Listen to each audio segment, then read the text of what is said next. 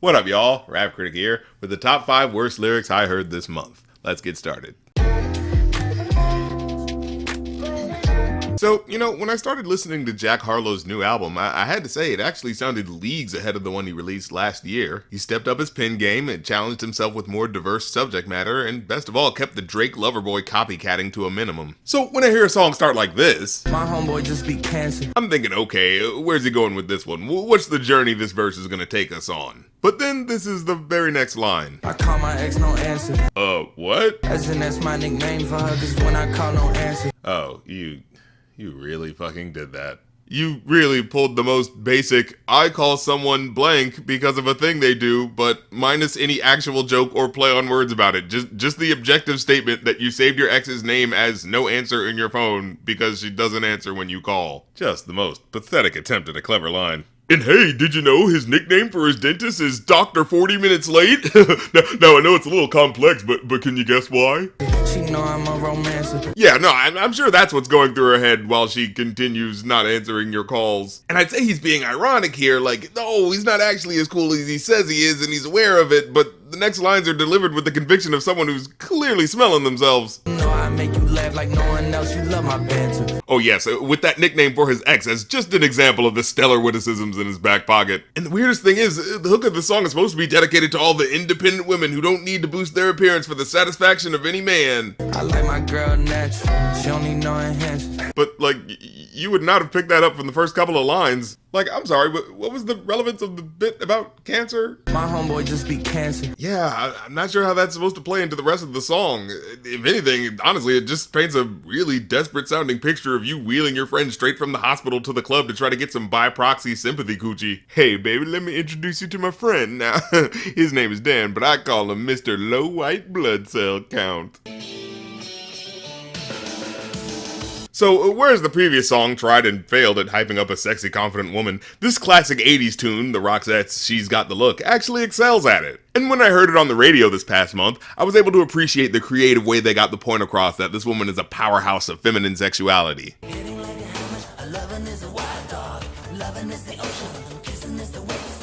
The abstract imagery works so that every line makes clear emotional sense, even if it's not literal. Except for this line. Like, what? Raindrops don't taste like anything. And this is clearly one of those lines that sounds cool to say, but, everyone knows that rain just tastes like normal water, so it's like, what are we supposed to feel when we hear that line? Oh yeah, no tastier delicacy than the distinct flavor of rain when a small bit of it hits your tongue really fast. Delicious. So everyone knows Common, right? The socially conscious rapper who's always got a deep, well-thought-out political message in his rhymes to really make you think about life. So when I see one of his songs entitled Chapter 13, Rich Man vs. Poor Man, I'm thinking, okay, what words of wisdom about power and wealth disparity does he have to share? So we get the setup of 3 different men in 3 different financial situations, which one could understand that how they got to those positions was likely informed by the history of how their race was treated in America. The black man, of course, he was poor. The white man, he was rich. And the Chinese man, he owned the store. And he mentions a few lyrics that make the white guy come off as pretty uncaring about the black guy's situation. Because the white man kept stepping on the black man's toes. Although, I'm guessing he means that metaphorically. I mean, unless this white guy's like a complete sociopath just stomping on homeless people's feet or something. Every day the black man would ask for spare change.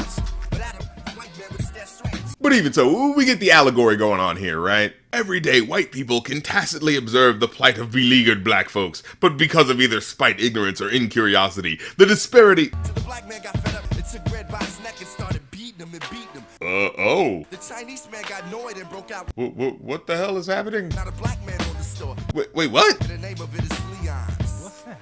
Barbecue, that is.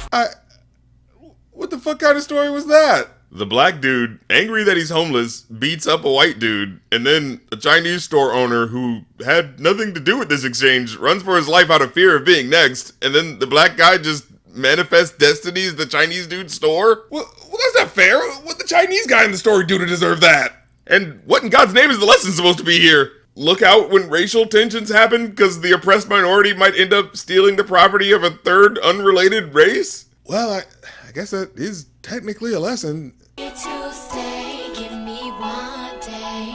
So this is one of Raekwon the Chef's later singles, Hood, a dedication to the people and places on the poor side of the tracks, and how much art and culture they've provided to the world. We won't mad at suburban people, mad at the fact that you be getting more company than them. They just was scared at. And I totally get it, a hometown pride for the underdogs that really keep the country going. But then he says this line. Hood, look at your name, smell it back with your duck. That's what they yelling in vain. And it's like, that's not what they're saying. That's not a thing anyone says. Smell it back with your duck. That's what they yelling in vain. Like, I get it. It's hood backwards as a sound that's supposed to represent the emotional outburst of jealousy by the upper class over the fact that they can't be as cool as the poor people, but that's just such a silly sound that no one makes. It sounds more like a bad voice AI failing to replicate Homer's catchphrase. Come on, you bot. The only way I'm going to be able to sell these Simpsons episodes is if the most important words come out right, so let's hear it. Damn it, Marge. Those black people who were forced to grow up in the hood are by proxy so much cooler than me.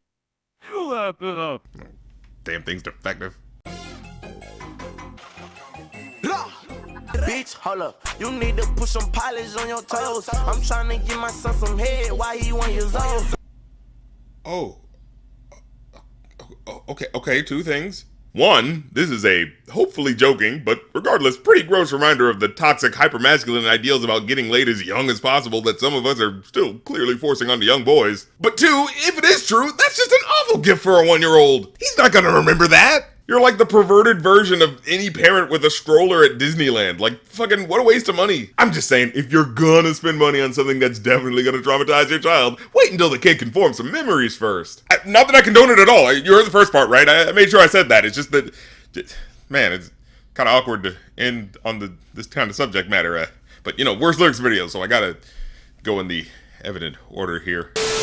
Well, that's the episode. And until next time, I'm the Rap Critic. You don't have to care about lyrics, but, they're still there in the song, like, what do you want me to do? Not notice them? You know what I mean?